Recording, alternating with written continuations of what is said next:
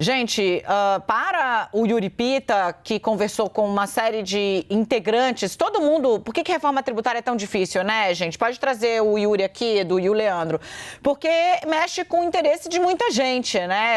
Todos os governadores, todos os prefeitos têm interesse. Mexe com a arrecadação no país inteiro. Então, muitas vezes esses interesses estão contrapostos. O Yuri foi a campo tentar entender quais devem ser os maiores obstáculos para a reforma sair inteira do papel.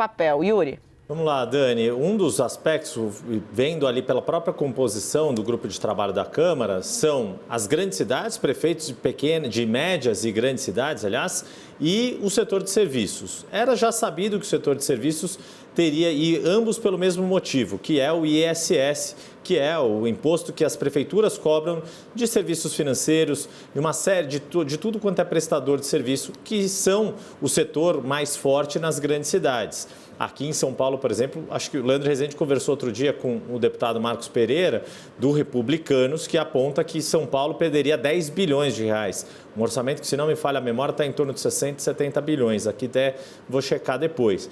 A questão é que a PEC prevê alguma compensação para os municípios e para os estados, porque também há impacto na arrecadação do ICMS de alguns desses estados. Estava conversando com o deputado Jonas Donizete, que inclusive foi prefeito de Campinas e presidente da Frente Nacional de Prefeitos, e reconhece que esses obstáculos existem, embora exista também uma vontade, uma disposição de atuar por um sistema mais simplificado.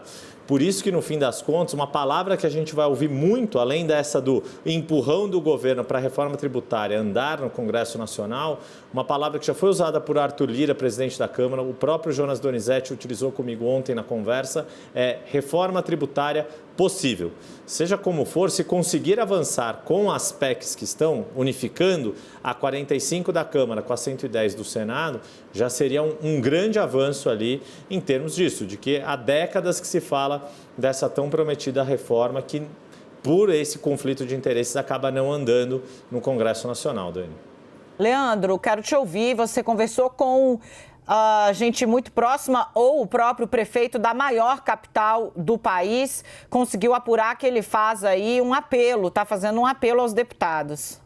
Dani, eu apurei que o Ricardo Nunes, prefeito de São Paulo, ele conversou com o Marcos Pereira, né, vice-presidente da Câmara, e externou essa grande preocupação, né, de que a cidade de São Paulo pode perder 10 bilhões, e aí é dentro exatamente disso do que o Yuri está explicando, né? As grandes cidades, no caso, estou aqui na maior delas, né? As grandes cidades podem ter uma perda de arrecadação muito severa, e aí entra a dificuldade de discussão dessa reforma tributária. Ouvindo esse relato do deputado Marcos Pereira, né, vice-presidente da Câmara, e ele usou esse relato como um exemplo de que a discussão sobre a reforma, por mais que o governo queira celeridade, por mais que ele próprio tenha um entendimento de que o legislativo também quer discutir isso rápido, isso não será um debate simples.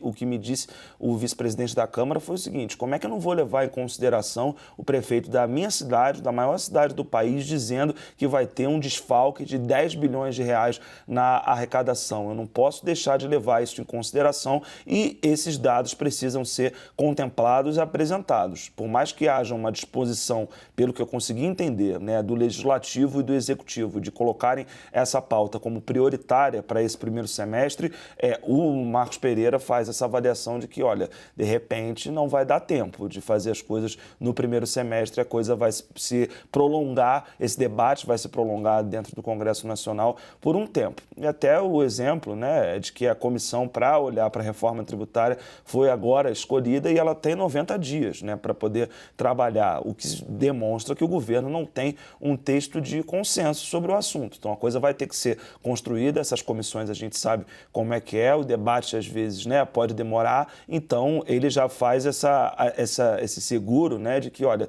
de repente essa aprovação que o governo tanto deseja fica só para o segundo semestre. Com outro detalhe também, né, já teve alguns integrantes do governo falando que a reforma tributária vai tirar um pouco da carga dos impostos sobre os mais pobres, e ele colocou um olhar especial sobre isso. O vice-presidente da Câmara me disse, olha, o que está em debate, por enquanto, é uma rediscussão do arranjo tributário do país, não necessariamente corte de impostos para os mais pobres. Dani.